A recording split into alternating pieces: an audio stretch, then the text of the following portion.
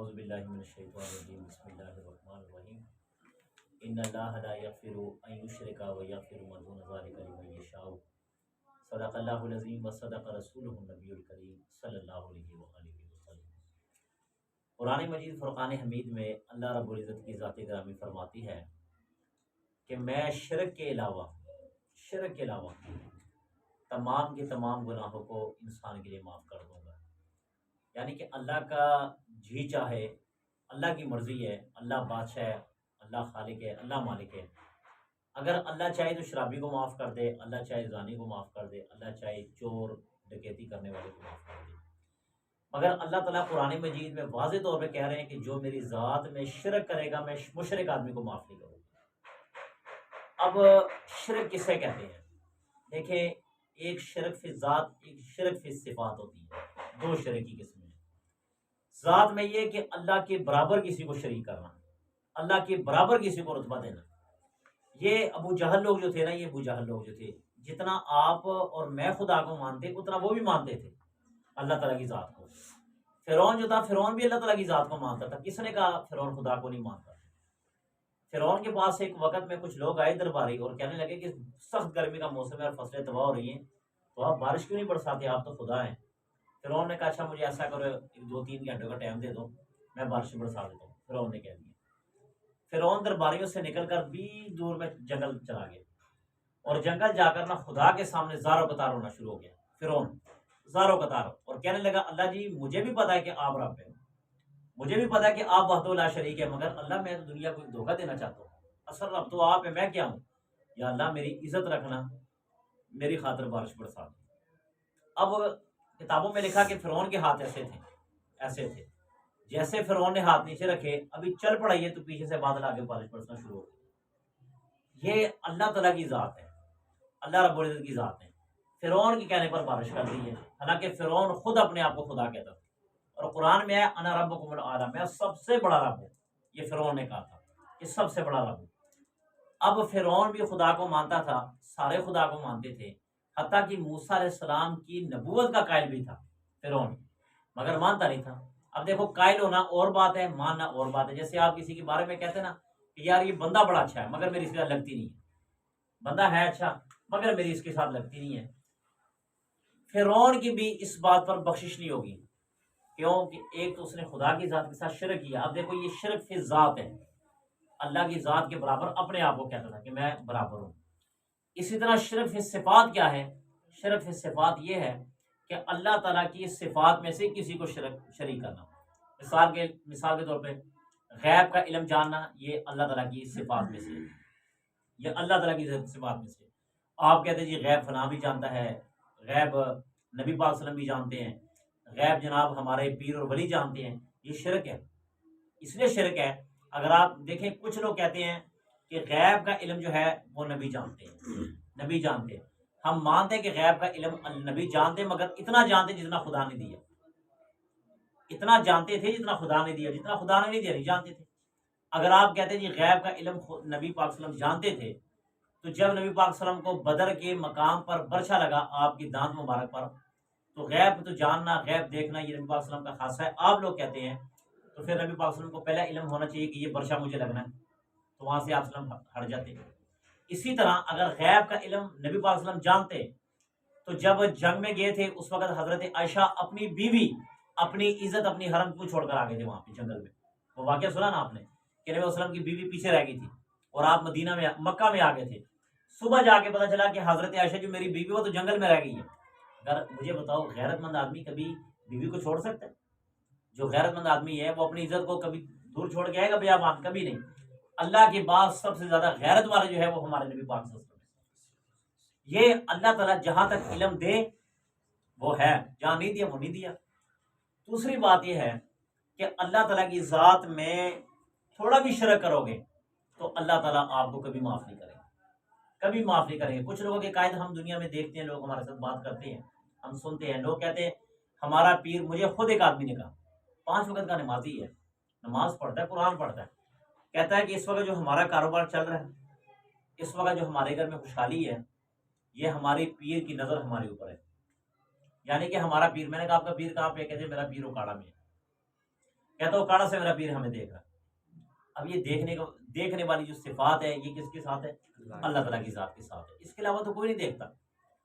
अब ये अकीदा ये शिरक है, ना नमाज कबूल, ना रोज़ा कबूल, ना हज कबूल, ना कुरान कबूल, कुछ भी कबूल नहीं है। जो आदमी अल्लाह ताला की ज़ात के साथ शिरक करता है, आज अगर हम इस चीज़ में कमज़ोर है ना, अकीदत तौहीद में हम बहुत कमज़ोर हैं, बहुत कमज़ोर हैं। और हमारे पठानों में भी शिरक पाया जाता है, हमारे पंजाबी तो पंजाबी पठानों में भी शिरक पाया जाता है। क्या? अब देखो ये शिरकिया बातें करना, हमारे कुछ लोग कहते हैं, अब कोई ऐसी बात हो ना, कोई भी घर में कोई मुश्किल आ जाए तो हमारे पुश्तों में कहते हैं या पीर बाबा रो से, ये औरतें कहती हैं, ठीक है, ये शिरक है। यानी कि कहते हैं कि अब कोई मुश्किल आ गई, बाबा जी जल्दी पहुंच जाओ, पीर बाबा जल्दी पहुंच जाओ, ठीक है। पीर बाबा तो खुद कब्र में पड़ा हुआ बेचारा, वो कैसे पहुंच जाए? इसी तरह और भी बड़ी बड़ी शिरक वाली बातें होती हैं, बहुत शिरक वाली बातें होती हैं। ये अपने औरतों को बतानी चाहिए, हमारे बच्चों को पता होना चाहिए कि अकीदा तौहीद और अकीदा रिसालत क्या है। अगर इन दोनों अकीदों में खराबी होगी तो इंसान की बख्शिश नहीं होगी, जहन्नम का मुस्तहिक हो सकता है, जन्नत का मुस्तहिक नहीं हो सकता कि जो शिरक करेगा। हज़रात साहब कराम रिज़वानुल्लाह। अब अच्छा यार एक बात तो यहाँ पे और याद आ गई। नबी पाक सल्लल्लाहु अलैहि वसल्लम के पास कुछ लोग आए अल्लाह के नबी के साथ कंप्रोमाइज़ करने के लिए, जैसे कहते हैं कि डील हो गई आपस में, डील करने आए थे। क्या? कि आप हमारे बुतों को माने, हम आपके खुदा को मानते हैं। एक दिन आप हमारे बुतों की बात करें, एक दिन हम आपके खुदा की बात करें, बस लड़ाई झगड़ा खत्म। हमारी मक्का में आपस में जंग भी कोई नहीं, जिदाल भी कोई नहीं, कोई कत्ल कोई गारत नहीं होगी, बस एक दिन आप एक दिन आप मैं। नबी उसने फरमाया नहीं, ऐसा नहीं हो सकता, क्योंकि तुम्हारे खुदा जिनको तुम मानते हो वो झूठे हैं और जो मेरा खुदा है वो सच्चा है। तो लिहाजा मैं सच्चे की खातर, ठीक है, इन झूठों को क्यों पकड़ लूँ, ये तो झूठे हैं। फिर अबू तालिब के पास ये लोग चले गए, अबू तालिब के पास, और कहने लगे कि अपने भतीजे को समझाएं, आपका भतीजा हमारे खुदाओं को गलत कहता है, आपका भतीजा हमारे खुदाओं के बारे में बुरा भला कहता है, तो आप ऐसे करें अपने भतीजे को समझाएं। अबू तालिब आए और कहने लगे, ए नबी, ए मेरे प्यारे बेटे, कि आप ऐसा करें, आप उनकी बात क्यों नहीं मान लेते? हम एक दिन उनकी मान लेते, एक दिन जो ना आपकी मान लेते हैं। नबी पाक ने फरमाया कि ए मेरे चाचा जान, अगर ये लोग मेरे एक हाथ पर चांद और एक हाथ पर सूरज रख देना, तब भी मैं ऐसा करने के लिए तैयार नहीं, क्योंकि अल्लाह ताला की ज़ात के साथ किसी को शरीक नहीं किया जा सकता, किसी को भी नहीं। अब देखें, दो आदमी अगर एक काम में पार्टनरशिप है ना, दो आदमी को एक काम में पार्टनरशिप है, तो दो आदमियों की पार्टनरशिप ज़्यादा से 3 साल 4 साल 5 साल तक चल सकती है, उसके बाद आखिर पार्टनरशिप टूट ही जाती है। टूटती किस बुनियाद पे? लड़ाई की बुनियाद पे आगे टूट जाती है, बस एक दूसरे में गलतफहमियां पैदा हो जाती है। एक कहता है ऐसा नहीं ऐसा करो, दूसरा कहता है ऐसा नहीं ऐसा करो, खत्म हो जाता है। इतनी बड़ी कायनात, इतनी बड़ी कायनात कि आपके सिर्फ इस पाकिस्तान में 22 से 23 करोड़ आवाम तो यहाँ रहती है, ठीक है, 22 से 23 करोड़ आवाम यहाँ पे रहती है। इन सब को रिज़्क देना, इन सब का इंतज़ाम करना, ये पूरी दुनिया का निज़ाम चलना, ये पूरी दुनिया का, ये सर्दी, ये गर्मी, ये बारिश, ये तूफान, ये परिंदों को रिज़्क देना। अब देखें, आप अपने हाथों से कमाते हैं, आपके लिए हाथों से खाना गूंदा जाता है, पकाया जाता है, सालन पकाया जाता है। आप कभी गौर करके देखें कि ये जो कुत्ते बिल्ले हैं, ये शेर गिद्दड़ है, इनको अल्लाह ताला कहाँ से रिज़्क दे रहे हैं? इनके लिए पका के कौन देता है? हालांकि जंगल में तो कुछ भी नहीं है, जंगल तो बिल्कुल सूखा पड़ा हुआ है। चले आप कहेंगे जी जंगल जो शेर जो है वो हिरन को उड़ के खा लेगा, हिरन क्या खाएगी? अगर आप कहेंगे जी सब्जा खाएगा, तो एक मौसम ऐसा भी आता है कि वो सब्जा भी सारा सूख जाता है। उनको अल्लाह ताला रिज़्क कैसे दे रहा है? समंदरी जो मखलूक है उनको अल्लाह ताला रिज़्क कहाँ से दे रहे हैं? ये मछलियाँ हैं, ये सांप है, ये मगरमच्छ है, ये सारा निज़ाम अल्लाह ताला की ज़ात, सारा निज़ाम अल्लाह ताला की ज़ात करती है। वो वाक़या बड़ा मशहूर है कि हज़रत सुलेमान अलैहिस्सलाम ने कहा, अल्लाह जी मैं आपकी मखलूक की दावत करना चाहता हूँ। यानी कि एक दिन आप ऐसा करें, आप कुछ दिन मुझे दें, मैं इन तमाम की तमाम मखलूक की जो है दावत करना चाहता हूँ। अल्लाह ने कहा आप नहीं कर सकते। अल्लाह जी मुझे मौका तो दे दीजिए। अल्लाह ने कहा ठीक है आपके पास मौका है। अब अल्लाह ताला से ये कहा कि अल्लाह जी आप हवाओं को ये कह दे कि मेरे सालन को ख़राब ना करें, जो यानी कि इनके लिए खाना तैयार करूँगा ना वो मेरे खाने को ख़राब ना करे, बस हवाओं को ये हुक्म कर दे। अल्लाह ने कहा कि जैसा मेरा सलमान कहता वैसे करो। सलमान अलैहिस्सलाम को 6 माह लगे, 6 माह तक आप देगे पकाते रहे, सालन पकाते रहे, 6 माह तक। जब खाने का लैन और लैन लग गई, लैन और लैन लग गई, काफ़ी दूर तक लैन लग गई। अल्लाह को कहने लगे, अल्लाह जी आपकी मखलूक की दावत तैयार है, दावत तैयार है, मैंने सब के लिए इंतज़ाम कर लिया, जितने भी मखलूक है ना, जितने भी वो सबको भेज दें, सलमान के दस्तरखान पर आकर खाना खाएं। अल्लाह ने कहा सलमान पहले ये बताओ कि खुश्की में से भेजूँ या तरी में से भेजूँ। हम जहाँ रहते हैं ना ये खुश्की है, और जो समंदर में रहते हैं उसको तरी कहते हैं। अल्लाह जी ये क्या कह रहे हैं, खुश्की में से भेज दूँ तरी में से भेजूँ? अल्लाह दोनों भेज दें, खुश्की वाले भी भेज दे, तरी वाले भी भेज दे, ठीक है, सबके लिए खाना तैयार है। अल्लाह ने कहा सलमान पहले बताओ खुश्की से तरी से।